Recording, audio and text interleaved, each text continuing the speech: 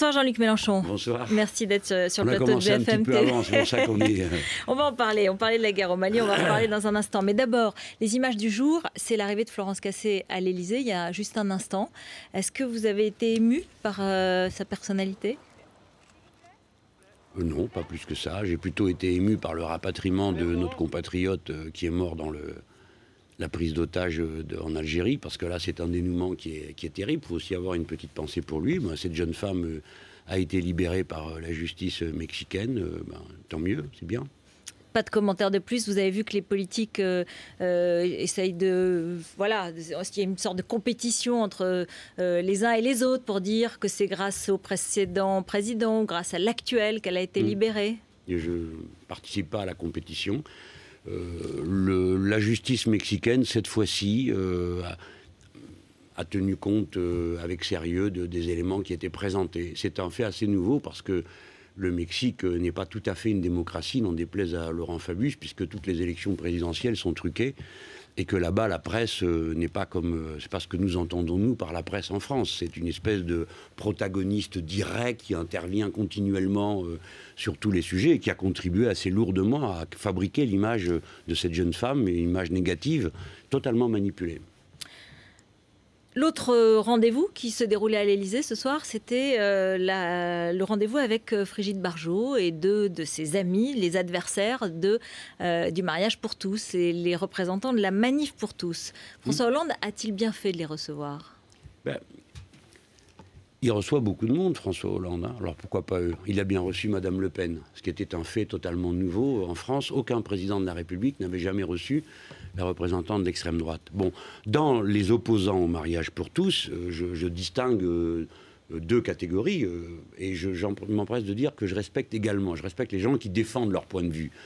Moi, je dirais, comme certains d'entre eux, Dieu vomit les tièdes. Hein. Donc, ceux qui défendent leur point de vue sont respectables. Bien, à condition que leur méthode le soit également. Mais là, il y a des gens que nous connaissons, ce sont nos adversaires dans l'histoire depuis 2 siècles, ils pensent que les êtres humains ne sont pas égaux entre eux. Et puis, il y a d'autres gens qui sont réellement troublés. Et je comprends ça. Moi qui ai été en première ligne de ces batailles, puisque c'est moi qui ai déposé le premier texte pour le pacte. Je me rappelle à l'époque des cris qu'il poussait déjà. Hein. Bon. Mais je suis aussi capable de voir la part de posture qu'il y a dans tout ça. Écoutez-moi, Madame Elkrief, je vais faire un petit test ce soir. Si tous ces partis de droite et d'extrême droite sont contre le mariage pour tous, eh bien, ils vont donc s'engager à ce que dans leur prochain programme électoral, ils reviennent sur ce qui va être voté à l'Assemblée, puisque ça va être voté à l'Assemblée. Vous savez bien qu'ils ne le feront pas. Regardez en Espagne, ils ont gesticulé, fait toutes sortes de numéros, ils n'ont rien annulé. Et ils s'engagent, en tout cas pour certains, à ne pas défaire des situations acquises, c'est-à-dire défaire des mariages qui seraient contractés devant le maire. Donc, c'est absurde. C'est la loi. Mais je suis étonnée parce que tout à l'heure, on a reçu un communiqué du parti de gauche qui disait que vous étiez très en colère contre ce rendez-vous, que vous trouviez que ça légitimait les représentants de la manifestation pour tous. Mes camarades... Là, vous êtes adouci entre-temps. Qu'est-ce qui s'est passé ? Non, mes camarades sont très remontés sur ça parce qu'ils se sentent... Mais pas vous. Mais moi, je fais un autre travail ici. J'essaye de convaincre. Donc, mon intérêt est d'ouvrir les esprits. Vous avez un double langage ? Qu'est-ce que vous faites ? Non, c'est des registres différents. Vous connaissez ça dans la communication, non ? Vous-même, vous pratiquez ça ardemment. Moi, mon intérêt, c'est, en toute situation, d'essayer de trouver l'angle par lequel on convainc. Jusqu'à présent, nous avions en face de nous les églises. Nous avons dit, c'est absurde. La loi n'a pas l'intention d'obliger les églises à célébrer des mariages de personnes du même sexe. Donc, que viennent-ils faire dans ce débat ? Ils ont le droit de dire qu'ils ne sont pas d'accord, mais ils ne peuvent pas empêcher la loi d'être votée. Et là, ensuite, vous avez eu 350 000 ou 400 000 personnes dans la rue, 800 000 selon les organisateurs, et donc vous leur parlez différemment. Eh bien, évidemment, il faut parler pour convaincre. Mais je sais très bien que nous allons gagner. Et je sais très bien qu'ils ne vont rien défaire. Et j'ai une longue pratique de cette bataille. Donc François Hollande a raison de les recevoir, pour leur dire qu'il ne reculera pas. Je n'en sais rien, c'est lui, il évalue, moi je ne l'aurais pas fait. Hein. En tout cas, vous savez très bien ce que ça prépare. S'il le fait, très bien, il va nous recevoir après les prochaines manifestations qu'organiseront les syndicats contre l'accord Hérault-MEDEF. Hein. Il va peut-être nous recevoir. Vous voulez parler de l'accord sur le travail. Ça ne m'impressionne pas plus que ça. Et j'ai presque envie de lui dire bravo de recevoir, parce que du coup, il va devoir nous recevoir. Non, pour être très sérieux, je pense qu'il faut qu'il fasse attention. On ne peut pas jouer toutes les cartes à la fois. toutes les habiletés. Le chef de l'État s'engage. Voilà. C'est sur son programme. C'était sur le nôtre aussi. Nous irons, nous, dans le débat parlementaire, plus loin. Mais nous avons ce moment où nous sommes ensemble réunis. Il ne faut pas trop jouer l'embrouille. Et je suis d'accord avec les uns, je suis d'accord avec les autres. Bon, mais je ne veux pas... C'est pas mon sujet principal. Mon sujet principal, c'est tous les gens qui, dans ce pays, doivent, à la fin de l'épisode, se dire « Bon, la décision a été prise, je l'accepte. » Comme c'est le cas en République. Je l'accepte. Parce que ce dont nous traitons, ce n'est pas d'un thème politicien. Nous parlons de la vie quotidienne des gens. Les actes d'homophobie, la méfiance à l'égard des couples homosexuels est quelque chose qui est blessant, qui brutalise. Et moi, j'aimerais qu'à la fin, les gens se sentent plus ouverts que plus fermés. C'est drôle parce que je pensais quand même que vous approuveriez au moins François Hollande sur ce sujet, puisque sur le reste, vous êtes quasiment devenu l'opposant numéro 1. Mais là-dessus, je m'attendais... Là, vous dites quand même, faut pas qu'il embrouille.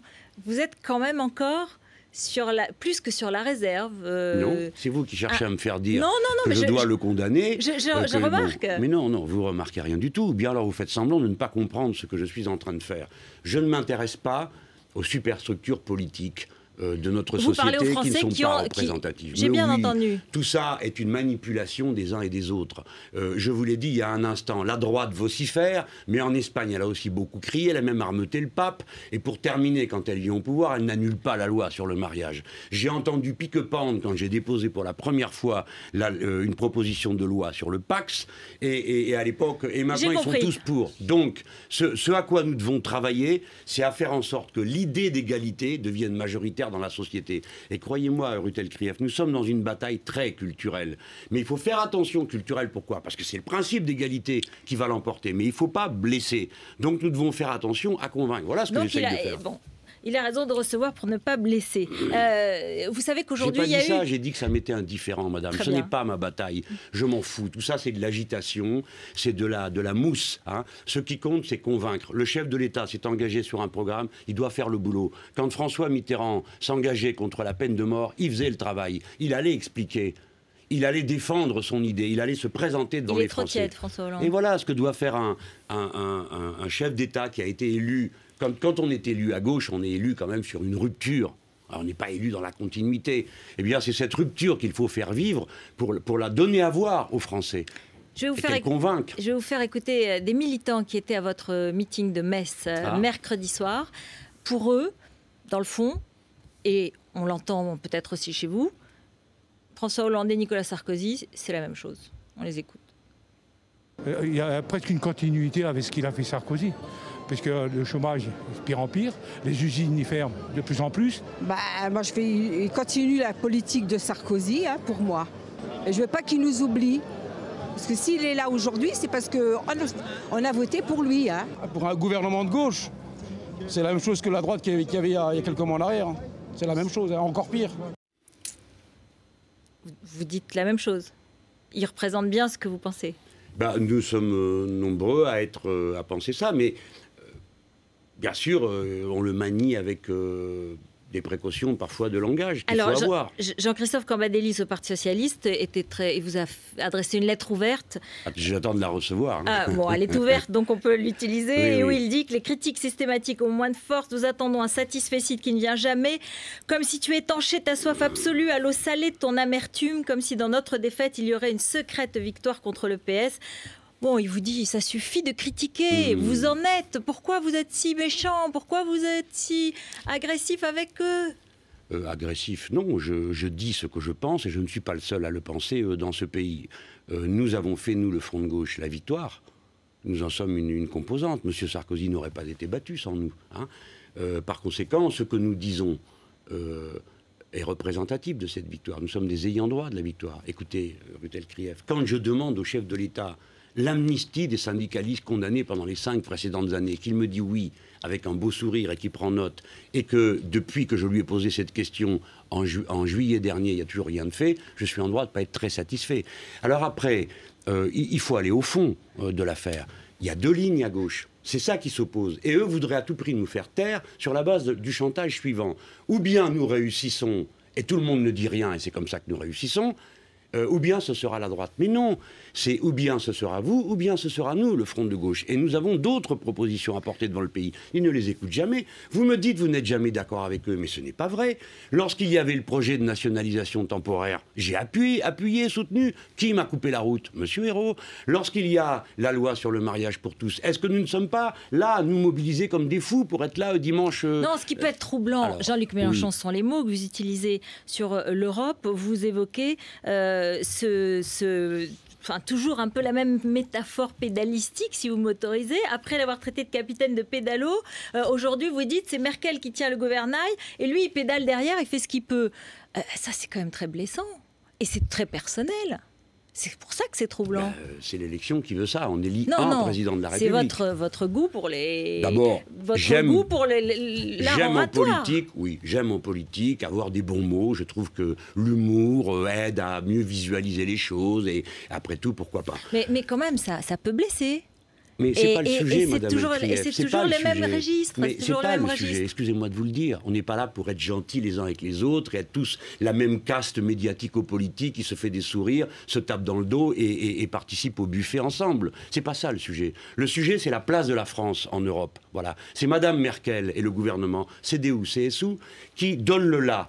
Et nous sommes tous condamnés à l'austérité. Ce soir, là, vous avez le chiffre du chômage. D'où ça sort, ça, Madame Elkrieff? Ça tombe du ciel? C'est une malédiction? C'est une fatalité? Non, c'est le résultat d'une politique dont le cœur est dans le gouvernement CDU-CSU. Et ni M. Sarkozy, mais on le comprend, il était de droite, il était du même avis qu'elle, ni M. Hollande ne résiste à la politique de Mme Merkel. C'est elle qui donne le là en Europe. Et toute l'Europe est en train d'entrer en récession.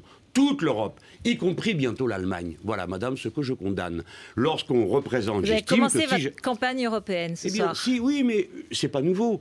C'est le discours que j'ai tenu pendant l'élection présidentielle. Si l'on avait bien voulu écouter ce que j'en disais, peut-être qu'on ne serait moins étonné maintenant de voir que je suis resté toujours aussi dur sur l'appréciation que j'ai de la politique du gouvernement allemand, bien sûr. Et bien sûr que, je le redis, elle met en danger beaucoup de choses. Elle est personnelle aussi contre François Hollande ou pas? Parce que c'est un peu contre ça Madame qui les Merkel, a... si vous voulez bien. Bien sûr, mais c'est ça qui les a un peu agacés, les socialistes, qui les touche. Mais qu'est-ce que vous voulez que ça me fasse, que ça les agace? Il y a bien un chef de l'État qui a été élu, c'est la démocratie. Chacun développe son point de vue, lui le sien, moi le mien. Ça s'appelle la démocratie. C'est pas, même dans les chambrées de caserne, maintenant on parle. Donc, à plus forte raison, dans un pays démocratique, c'est normal. Et puis comment voulez-vous sinon que le peuple soit souverain? Si on s'arrange entre nous et puis on n'expose jamais aucune difficulté. Et puis voilà. Par exemple, le Mali. On est tous d'accord, il paraît. On ne pose aucune question. Les journalistes non plus n'en posent pas de questions. Ni combien ça coûte, ni d'où ça sort, ni quel est le texte qui justifie notre intervention, ni combien de temps on va rester. Rien. On ne pose pas de questions. On est tous là dans un chœur de louanges. On est en quelque sorte l'entre-soi.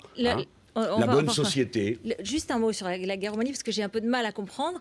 Je vois ça, oui. Oui, parce que vous défendez la grandeur de la France, vous défendez la présence de la France et l'influence de la France dans le monde, en Europe.